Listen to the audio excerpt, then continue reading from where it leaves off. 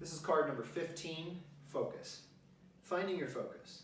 What actions or habits reinforce your focus? What things detract from your focus? Share a list of 3 examples aloud while balancing on one foot, then switch for the other 3. Okay, so what action? So a lot of times you're gonna read the card all the way through aloud so everyone hears and feels what it is we're waiting for you to do or speak to.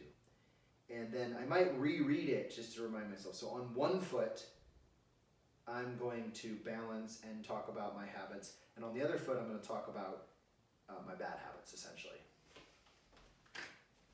So, 3 habits that help me focus. I love making a cup of tea. Gets me in the zone. I love to go on a walk. It kind of clears my head out, helps me work better. And then when I'm working for hours at a time, I'll just stand up and do a couple stretches.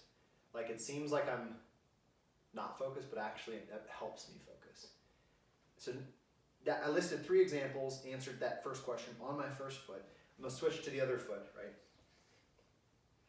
List them on the other hand, whatever. Things that detract from my focus. Social media, that's obvious. I love to hate it. Another example of something that detracts from my focus. Attempting to multitask. I'm a huge believer in monotasking. There's a great book by Cal Newport called Deep Work. And so whenever I move away from that into like the idea of multitasking, it just doesn't work. I spend more, anyway, that's an example.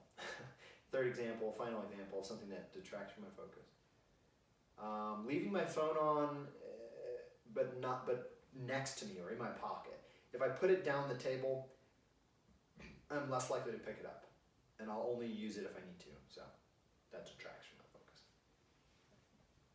So for these cards, you can go into however much detail you want. Have a timekeeper, maybe keeping time down to a minute or a minute and a half is a good range.